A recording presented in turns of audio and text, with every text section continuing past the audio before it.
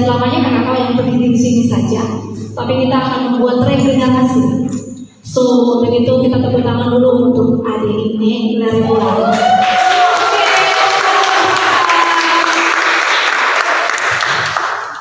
Baik, ini akan berbagi sedikit untuk kita. Shalom semua. Shalom semua. Oke, sesuai yang tadi Mama Cindy bilang, sekarang kita pakai beberapa menit ke depan untuk berbagi firman. Jadi kita pakai satu firman saja. Itu ambil dari 1 Korintus 10 ayat 23. Bisa dibantu dengan isi worship.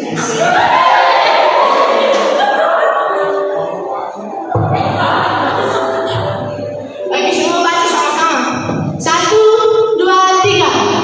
Segala sesuatu diperbolehkan, tetapi bukan segala sesuatu berguna. Segala sesuatu diperbolehkan, tetapi bukan segala sesuatu berguna. Oke, segala sesuatu diperbolehkan, benar, tetapi bukan segala sesuatu berguna. Segala sesuatu diperbolehkan, berarti bukan satu atau dua saja diperbolehkan, tetapi semua yang kau lakukan. Terserah kau melakukan apa saja diperbolehkan tanpa syarat. Kau melakukan apa saja, mau bermain HP sampai kau puas, mau bermain FB, bermain Instagram sampai kau puas, mau bermain kau punya TikTok sampai kau puas, mau bikin kau viral juga terserah kau. Sing ada larangan sih, karena segala sesuatu diperbolehkan. Tetapi selanjutnya Tuhan bilang apa? Tetapi bukan segala sesuatu berguna. Terus bukan segala sesuatu juga membangun. Kau bermain kau hartanya banyak, tapi kalau sih membangun juga buat apa? Kau bermain kau.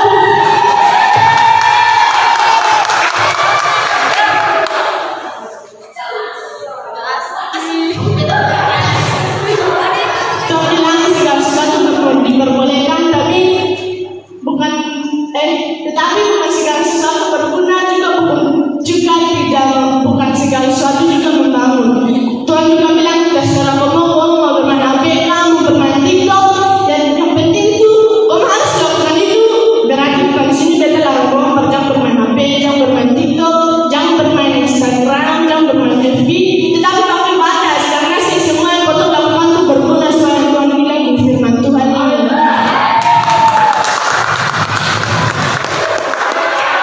Nah, terus kenapa bilang segala sesuatu? Contohnya beta, dan ini beta ada pengalaman.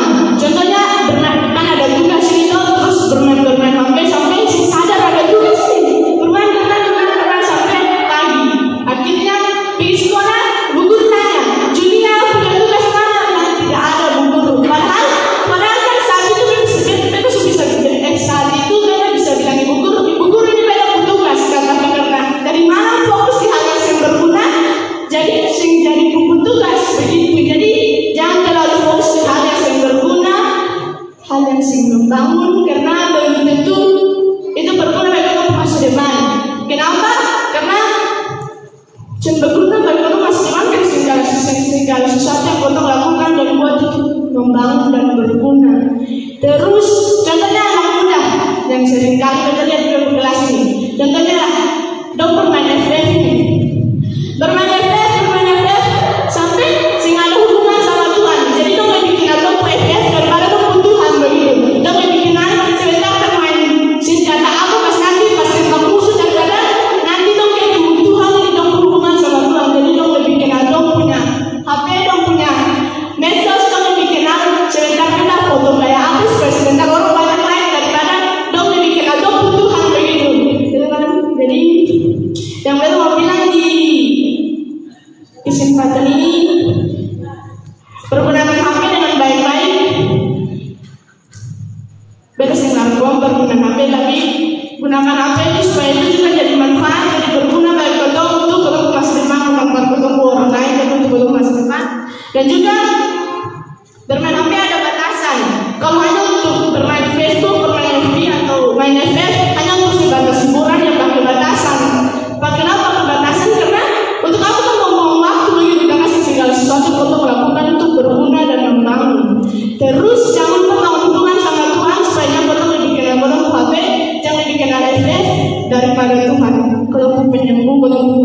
Raja di atas segala raja, Bapa di bawah pencipta. Itu saja, sekian dan terima kasih.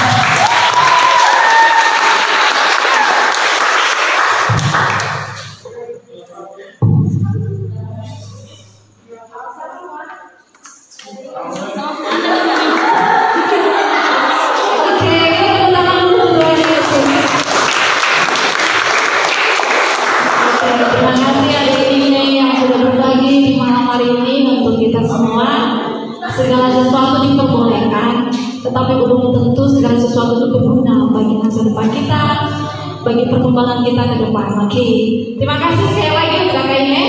Kita tepuk tangan dulu untuk kakak ini.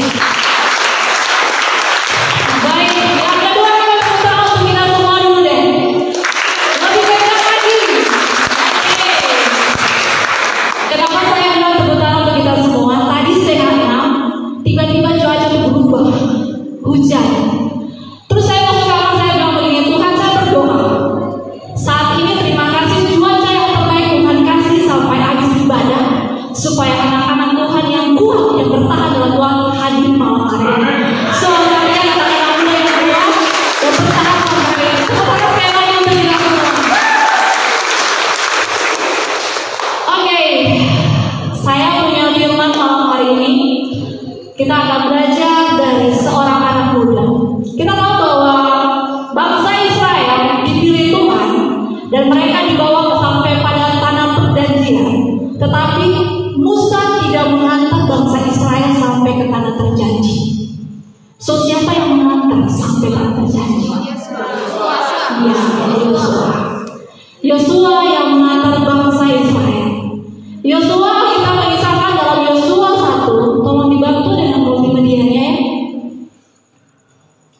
Yosua pasal 1 ayat 1 sampai 18 itu kisah daripada firman Tuhan kepada Yosua ketika Nabi Musa meninggal. Jadi Musa meninggal pada usia 120 tahun.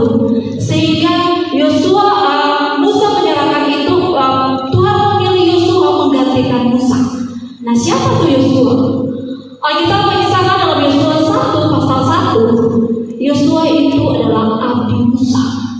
Dia seorang pengikut Musa, sehingga dia dipilih dari semua begitu besarnya bangsa itu. Yosua dipilih. So, saya yakin semua kalian yang hadir di sini adalah anak-anak muda yang dipilih Tuhan bagi generasi dan angkatan ini. Terutama saya lagi bagi Tuhan. Oke, sudah dibantu dengan multimedianya? PowerPoint-nya yang saya sudah siapkan. Oke. Tema firman saya malam hari ini adalah generasi yang kuat di dalam Tuhan. Kalau kita baca dari Yosua pasal 1 ayat 1 sampai 18, ada 4 kali kata pengulangan, kuatkan dan teguhkan hatimu. Sesuatu yang dikatakan berulang-ulang kali dari Tuhan untuk Yosua, untuk bangsa Israel. Artinya itu penting. Kalau sesuatu yang diucapkan berulang-ulang, diperingatkan berulang-ulang, berarti ada sesuatu yang besar yang dinanti di depan, sehingga perlu dipersiapkan dengan baik. Yosua masih terlalu muda. Dia merasa dia tidak terlalu pandai. Dia merasa dia tidak punya kekuatan yang besar untuk mengantar bangsa Israel masuk ke tanah Kanaan. Tapi Tuhan memilih dia. Kalau daripada kita Ulangan di pasal 34 terakhir daripada itu, Yosua sudah diurapi, sudah dipilih oleh Musa. Dia sudah mendapat pengurapan. Dia sudah dipilih gitu. Nah, kita setiap kali ibadah, kalau mau pulang ada doa penutup. Kalau mau mengakhiri daripada bisa ada perutusan. Selesai ibadah hari Minggu selalu ada perutusan. Semua kita sudah diutus dan dipilih, tetapi tidak semua kita mampu bertahan dan kuat sampai hari ini. Pemulihan bangsa dan negeri tidak akan pernah terjadi kalau tidak ada pemulihan yang dimulai dari generasi. Sehingga generasi menjadi dasar utama untuk menjadikan bangsa ini, negeri ini dipulihkan. Berbicara tentang pemulihan bangsa dan negeri, berbicara juga tentang pemulihan suatu daerah, suatu negeri di mana kita Tuhan beri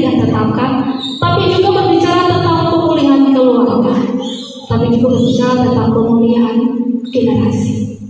Nah, tolong dilanjutkan. Nah, oke. Tadi yang saya bilang, semua yang dimaksudkan dengan pemulihan bangsa dan negeri tidak akan bisa terjadi kalau tidak yang diawali dengan yang namanya pemulihan atas generasi. Kenapa harus ada generasi yang dipulihkan? Saya beberapa pekan lalu saya didatangi seorang hamba Tuhan, seorang pendeta di sini. Ketika kami sharing bersama, dia tanya saya pelayanan di mana. Saya bilang saya pelayanan bersama anak-anak muda. Dia tertarik dan dia bilang, kalian buat satu event. Saya hadir untuk buat suatu kebaktian kebangunan rohani. Saya hadir untuk buat mujizat. Kita buat mujizat penyembuhan di sana. Terus saya kembali lagi berbicara dengan pendeta itu. Saya bilang begini, Pak, terima kasih. Tapi bagi saya, sesuatu yang kita buat seharusnya bukan hanya bertahan sesaat. Kalau kita buat suatu KKN besar, bagian rohani besar, di sana ada mujizat, orang akan hadir banyak, benar? Banyak sekali. Apa yang mereka cari? Mujizat kesembuhan. Tetapi pertanyaannya, apakah mereka bertahan di tengah-tengah badai setelah itu atau tidak? Sehingga saya bilang, saya lebih tertarik untuk mendampingi generasi muda ini, membawa generasi muda ini mengenal Tuhan lebih dekat. Kalau generasi muda dipulihkan, negara ini, bangsa ini, negeri ini akan dipulihkan. Umat Tuhan akan dipulihkan. Keluarga-keluarga Kristen, keluarga-keluarga kita pun akan dipulihkan. Tidak dimulai dari mana-mana, dimulai dari kalian, kita semua. Generasi ini harus dipulihkan. Supaya dipulihkan, kuncinya satu, harus kuat di dalam Tuhan. Kalau kita tidak kuat dalam Tuhan, kita akan tergilas dengan dunia ini. Kalau mau milih masalah, pasti sih ada orang yang mau milih masalah. Saya mau hidup baik-baik saja. Kalau mau milih, minggu kemarin kakak Dita pulang pendek sih kecelakaan, dia sih mau kecelakaan sih, tidak mau jatuh gitu. Tapi musibah itu akan datang, masalah itu akan datang, dia tidak akan memilih. Tapi bagaimana kita kuat di dalam Tuhan? Tadi mengawalinya saya bilang, kalian generasi yang kuat. Kalau hari ini, saat ini kalian ada di tempat ini, saya percaya Tuhan lagi bekerja untuk kalian masing-masing. Tadi saya berdoa, Tuhan 30 menit setelah ini kami akan ibadah. Jangan izinkan hujan ini membuat generasi muda ini merasa kalau hujan yang dipikirkan apa? Jangan bilang aku biru sesabahan apa bahasa nih, naik ojek lah bahasa nih, pasti pinginnya tidur. Saya Tuhan ada apa? Kenapa musuhmu dekat ibadah kok ada hujan? Tapi saya berdoa, dan saat ini saya ada lebih daripada 30-40 orang hadir di tempat ini. Dan tepuk tangan Tuhan karena kalian generasi. Oke, kunci pemulihan generasi yang saya bilang kuat di dalam Tuhan. Bagaimana ciri-ciri orang yang kuat di dalam Tuhan? Kita akan belajar 4 bagian yang kita akan lihat bagaimana supaya kita menjadi generasi muda yang kuat di dalam Tuhan. Baik, tolong dilanjutkan. Oke, ya. Ini ada pertanyaan. Kenapa harus ada pemulihan Tuhan atas generasi muda? Generasi muda harus dipulihkan karena mereka memiliki kualitas yang terbaik. Sekali lagi, generasi muda dipulihkan karena mereka memiliki kualitas yang terbaik. Berbicara usia, kalau usia 40 dengan 20, mana yang paling kuat? 20. Kalau 20 dengan 30, mana yang paling kuat? Tergantung, ada yang 30, ada yang 20. Tapi bukan masalah usia, tapi seberapa kalian bisa bertahan sampai hari ini. Kita mungkin punya banyak alasan. Ya, hari ini saya bisa hadir kebetulan karena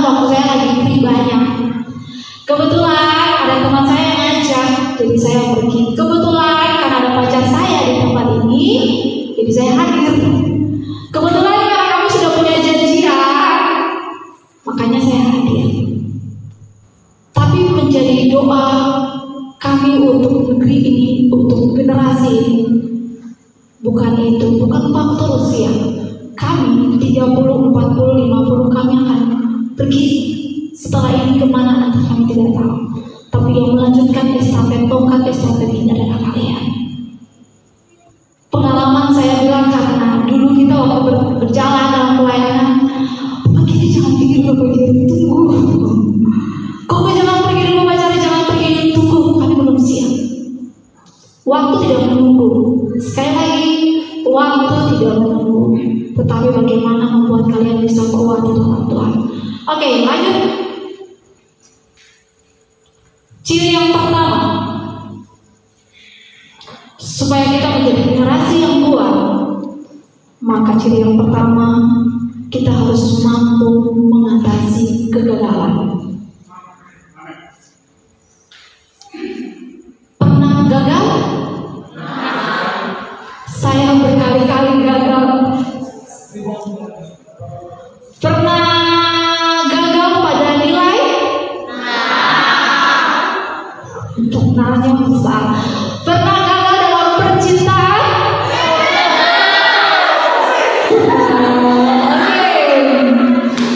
Semua orang pernah gagal.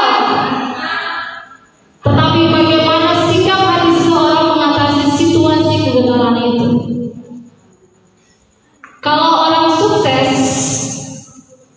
dia gagal, tapi dia bangkit kembali dari kegagalannya. Dia mengulang kembali daripada kegagalannya. Tapi orang yang tidak mau berhasil, orang yang tidak berhasil, karena mereka menyerah karena kegagalan itu. Ada banyak orang ketika diberi kesempatan, pasti awalnya tidak maksimal. Tetapi ketika dia diberi kesempatan dan berulang kali dia mengulang-ulang, maka dia akan pasti menjadi pemenang. Negara kita kemarin-kemarin lagi banyak di pemerintahan, para atlet Indonesia lagi mencatat rekor yang terbaik. Kali ini karena memenangi Olimpiade, ya setidaknya bisa ada nama di kancah Asia Tenggara lah. Itu menjadi kebanggaan yang luar biasa. Tapi para atlet untuk menjadi pemenang, mereka melewati banyak hal. Mereka harus berlatih, kadang-kadang capek, lelah, tapi mereka tidak pernah menyerah dengan situasi itu. 28 atlet Indonesia, mereka mampu membawa bangsa Indonesia, mengangkat nama bangsa Indonesia pada kancah Olimpiade Tokyo kemarin. So kembali, pemulihan atas negeri ini tidak akan pernah terjadi kalau generasi muda ini mampu mengatasi kegagalan. Kita lihat dalam Yeremia 8 ayat 4 dan 6. Ketika tolong dibantu. Yeremia 18 ayat 4 dan 6. Yeremia 18. Pernah melihat bejana? Kita baca sama-sama. 3, 2, 1, go.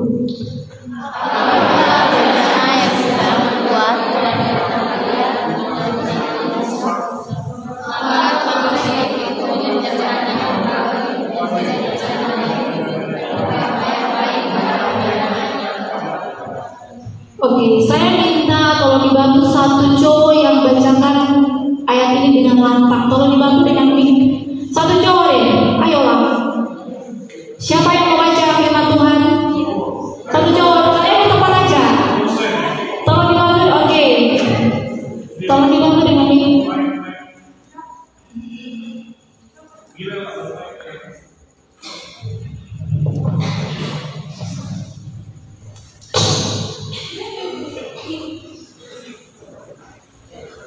Oke, dibaca dengan lantang.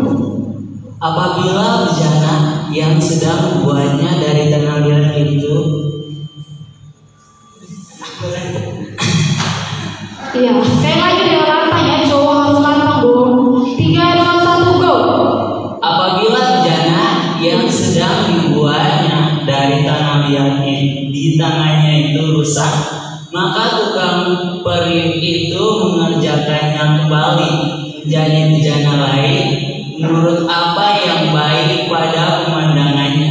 Oke, jika suatu bejana dipandang rusak, maka tukang periuk itu akan membentuknya kembali. Perhatikan, tukang periuk akan membentuknya kembali, bukan membuangnya.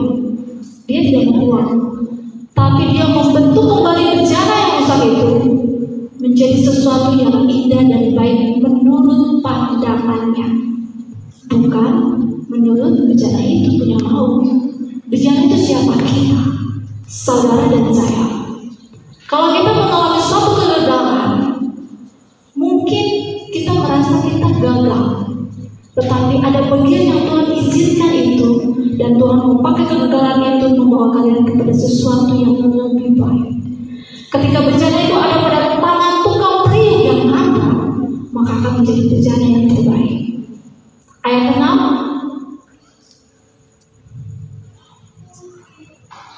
Tolong dibantu lagi sampai dibaca ulang lagi ayat 6-nya. Lanjut yang tadi baca. Oke, ya. Ayat 6-nya.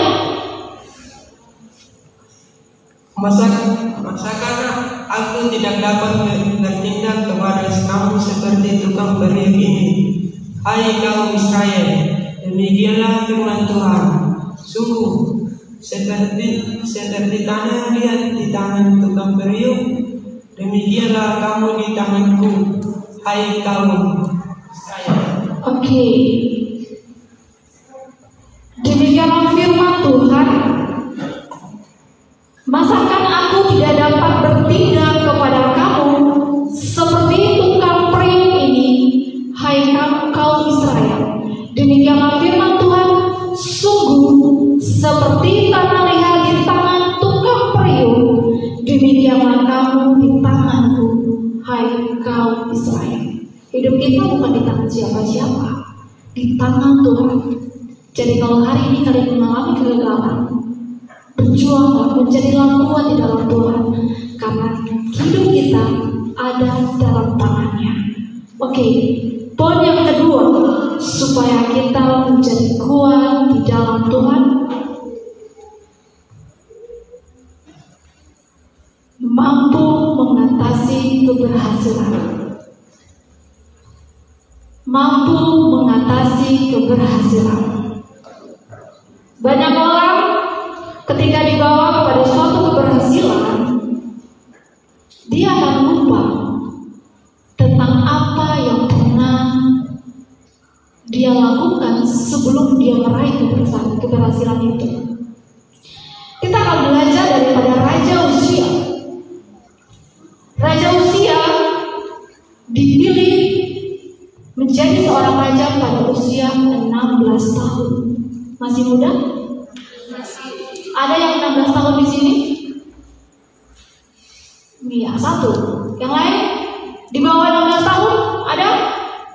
Kakak kamu yang benar aja. Banyak. Kakak kamu yang benar aja. Oke, turun tangan. Perhatikan baik-baik. Raja Uzia, dia menjadi raja yang muda, masih usia 16 tahun, tapi dipilih Tuhan menjadi seorang raja. Alkitab mengisahkan dalam 2 Tawarik pasal 26 ayat 5. Saya minta satu cewek tolong dibacakan ayat 5 dan ayat yang ke-16. Ini sikap Raja Uzia sebelum dia dipilih menjadi raja, apa yang dia lakukan, dan setelah dia diangkat menjadi raja, apa yang dia lakukan. Oke, silakan satu cewek. Oke, kita. Ia mencari Allah selama hidup Zakaria yang mengajarnya supaya takut akan Allah. Dan selama ia mencari Tuhan, Allah membuat segala usahanya berhasil. Oke, perhatikan dengan baik. Ia di sini Raja Uzia mencari Allah selama hidup Sakaria yang mengajarnya mencari Tuhan. Yang mengajarnya supaya takut akan Allah, dan selama ia mencari Tuhan, Allah membuat segala usahanya berhasil. Ketika Raja Uzia mencari Allah, dia hidup dalam takut akan Tuhan, semua hal yang dibuatnya berhasil. Apa saja yang dibuatnya berhasil. Tapi perhatikan dengan baik daripada kisah ini. Ketika dia berhasil, dia menyepelekan semua orang. Dia merasanya dia paling hebat. Bahkan dia menggantikan posisi seorang imam. Perhatikan di ayat 16. Saya minta satu orang baca ayat yang kita ulang lagi di ayat 16.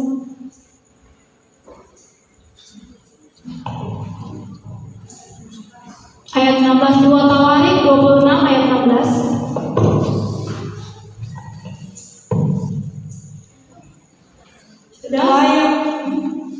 Setelah ia menjadi kuat, ia menjadi tinggi hati sehingga ia melakukan hal yang merusak. Ia berubah setia kepada Tuhan Allahnya dan memasuki bait Tuhan untuk membakar ukapan di atas mezbah pembakaran ukupun. Oke, Kak Anissa sekali lagi dengan kencang ya, baca firman Tuhannya. 3, 2, 1, go. Setelah ia menjadi kuat, ia menjadi tinggi hati sehingga ia melakukan hal yang merusak. Ia berusaha setia kepada Ia berubah setia. Ia berubah setia kepada Tuhan Allahnya dan memasuki bait Tuhan untuk membakar ukupan di atas mezbah pembakaran ukupan. Oke, terima kasih. Tepuk tangan dulu untuk Tuhan ya, sekali lagi. Perhatikan baik-baik, Raja Uzia ketika semua hal yang dibuatnya berhasil, dia menjadi sombong.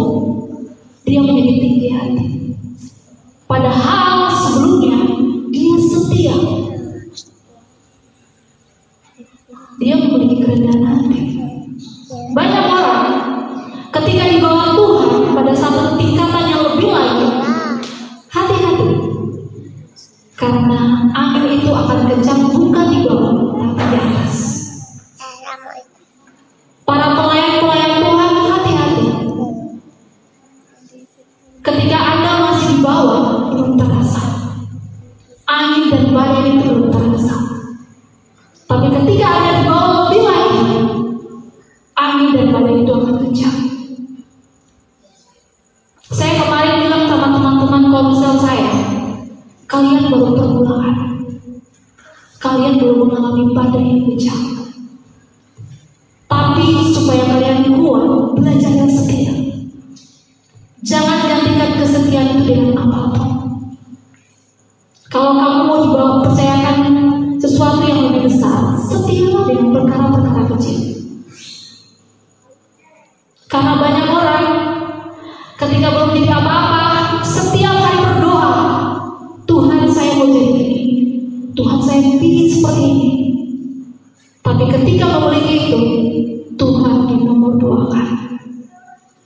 Ketika kamu belum masuk pada perguruan tinggi yang kamu impikan, kamu berdoa dengan sungguh-sungguh, bahkan kamu setia melakukan apa yang Tuhan mau.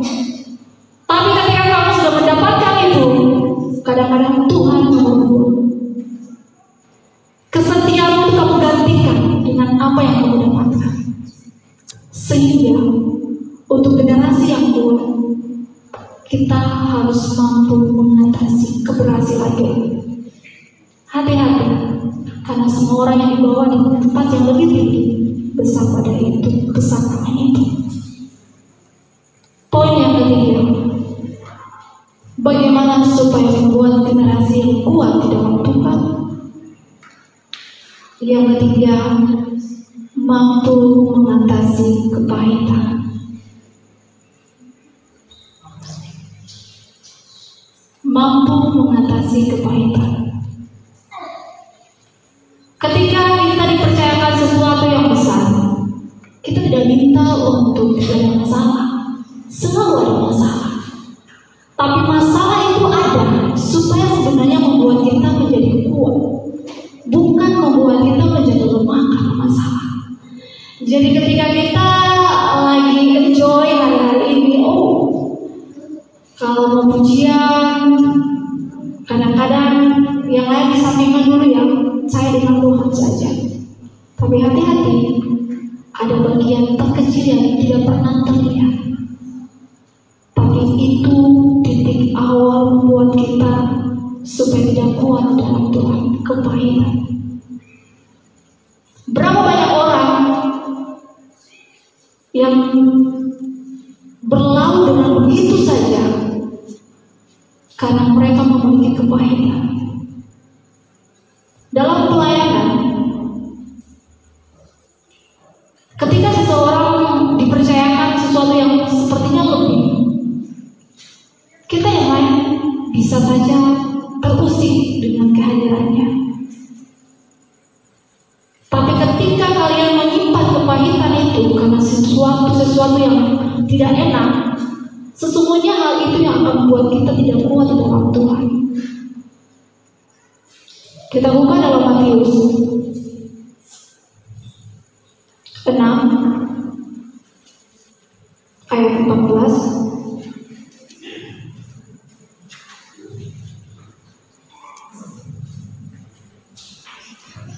Saya minta satu cowok.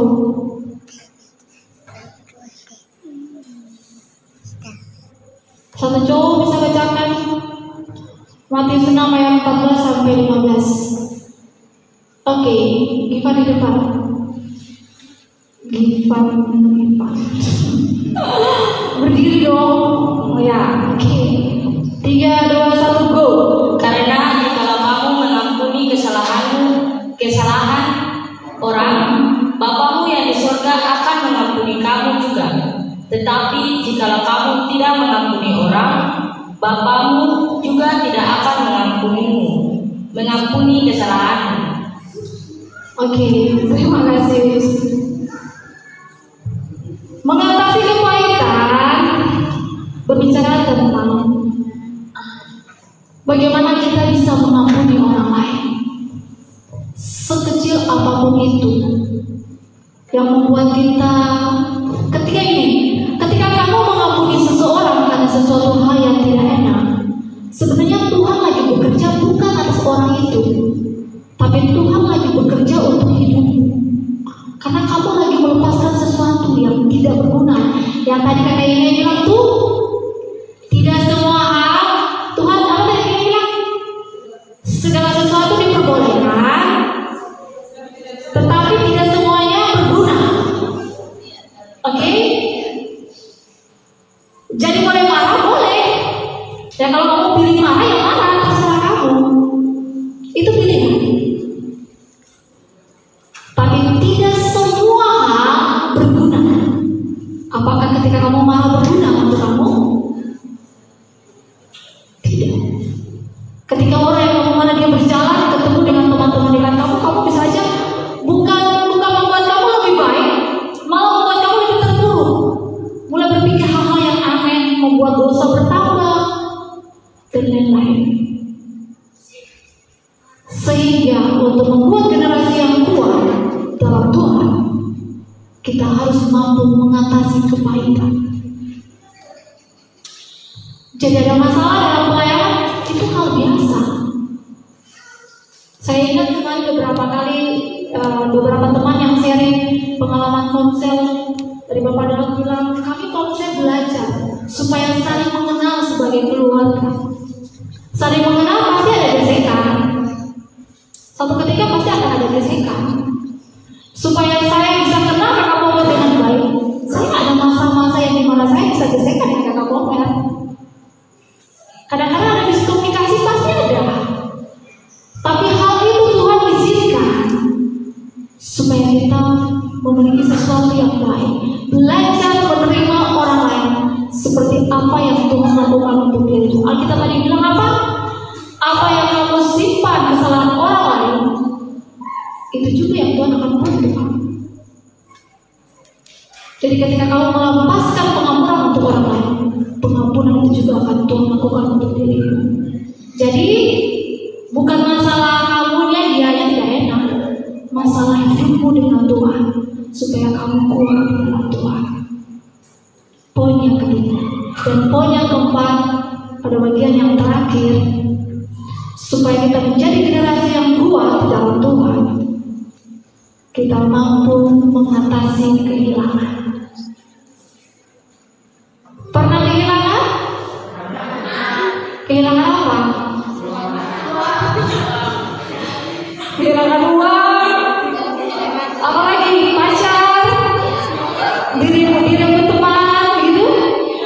Oh iya ada ya. Terus kehilangan apa lagi? Orang tua, saudara, kesehatan, keuangan, orang-orang yang kita cintai. Matius 10 ayat 39. Tolong dibantu, oke. Saya minta satu orang. Aku komen di sebelah tangan, saya nggak tahu nih. Kakak komen 30. Matius 10 ayat 39. Ya. Barang siapa mempertahankan nyawanya, ia akan kehilangan nyawanya. Dan barang siapa kehilangan nyawanya, karena aku, ia akan memperolehnya. Oke, terima kasih.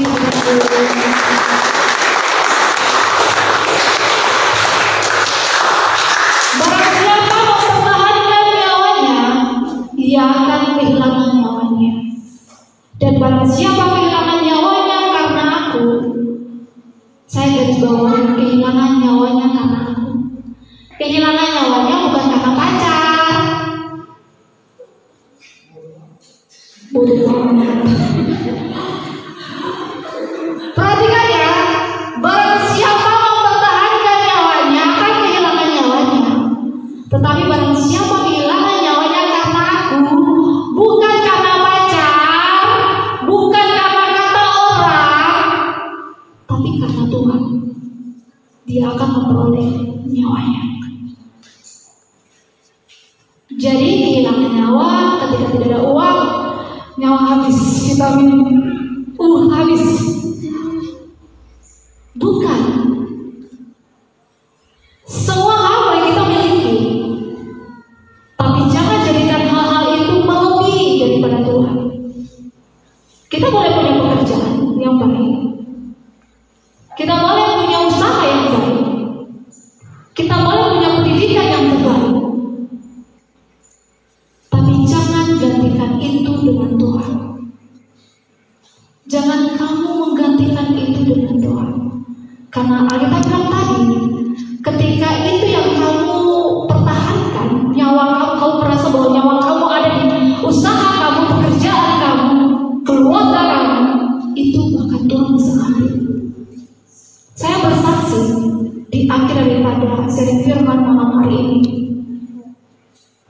Poin yang terakhir, supaya kita kuat di dalam Tuhan, mampu mengatasi kehilangan. 2 bulan lebih ketika masa pandemi PPKM, kita tidak beraktivitas, tapi saya melihat Tuhan bekerja untuk keluarga saya. Dan selama 2 bulan lebih sampai beberapa pekan setelah berjalan persekutuan doa, saya tidak hadir karena saya harus merawat papa saya di rumah. Saudara tahu, dalam 1 bulan kesehatan papa saya turun dan naik tidak menentu. Pertama kali ketika papa saya tidur di tempat, saya berdoa, Tuhan izinkan papa saya mengalami perjumpaan dengan Tuhan. Pemulihan Tuhan terjadi atas keluarga saya. Saya tidak berdoa untuk papa saya sembuh, tapi saya berdoa supaya papa saya mengalami perjumpaan dengan Tuhan. Beberapa hamba Tuhan datang dari pelayanan.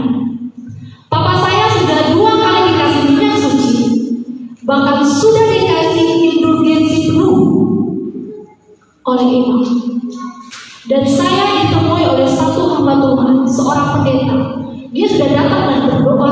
Sebelum berdoa dia bertemu dengan saya. Saya ingin berbicara dengan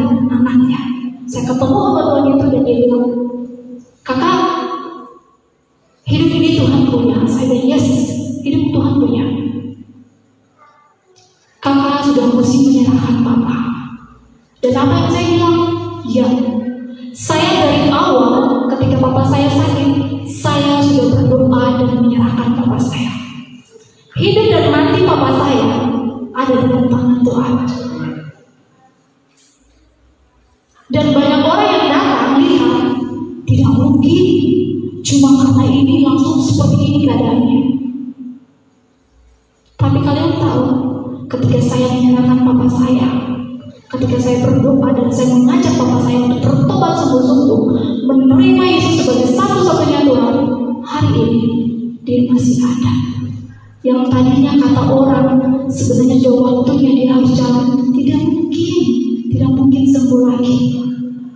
Sudah angkat tangan semua orang, tapi hari ini papa saya masih ada. Itu karena apa? Ketika hidupmu kamu memberikan nyawamu bagi Tuhan, kamu akan memperoleh kehidupan itu. Hidup dan mati kita ada dalam tangan Tuhan. Mungkin papa saya pada usia 60 sekian, kita masih muda. Tapi jangan berpikir ketika kalian masih muda, masih punya waktu yang cukup. Belum tentu. Kita tidak pernah tahu waktu kita, kapan waktu kita untuk kembali. Sehingga saya selalu tekankan, ketika kamu diberi kesempatan ini, beri yang terbaik untuk Tuhan. Jangan pernah tahan ketika kamu masih bisa beri yang terbaik. Karena waktu itu tidak akan pernah kembali. Tidak akan pernah kembali. Sehingga hidupmu bisa maksimal dan kuat di dalam Tuhan. Banyak pilihan untuk saya bersama keluarga. Ketika bapak saya sakit, semua saudara-saudaranya datang satu-satu dengan niat apa yang mereka pikirkan. Tapi saya bilang untuk keluarga saya, ibu saya, untuk saudara-saudara saya, dan keluarga dari keluarga besar papa dan mama, biarlah Tuhan yang punya urusannya dengan papa saya, bukan siapapun. Supaya waktunya dia menyelesaikan dengan baik. Dia mengalami pemulihan, dia mengalami kelepasan, dia dimerdekakan. Itu yang tadi saya bilang di awal slide saya tadi. Supaya pemulihan bisa terjadi atas bangsa dan negeri ini, maka keluarga harus dipulihkan, generasi muda harus dipulihkan, kita harus dipulihkan. Kalau setiap kita yang hadir di tempat ini kuat di dalam Tuhan, pada waktunya nanti kalian tidak goyah.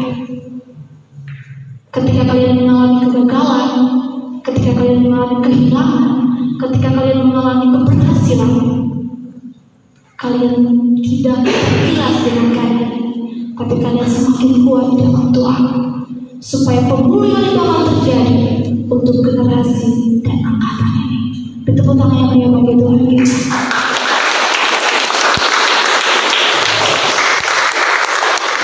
Saya mengundang pemain musik, teman-teman singers.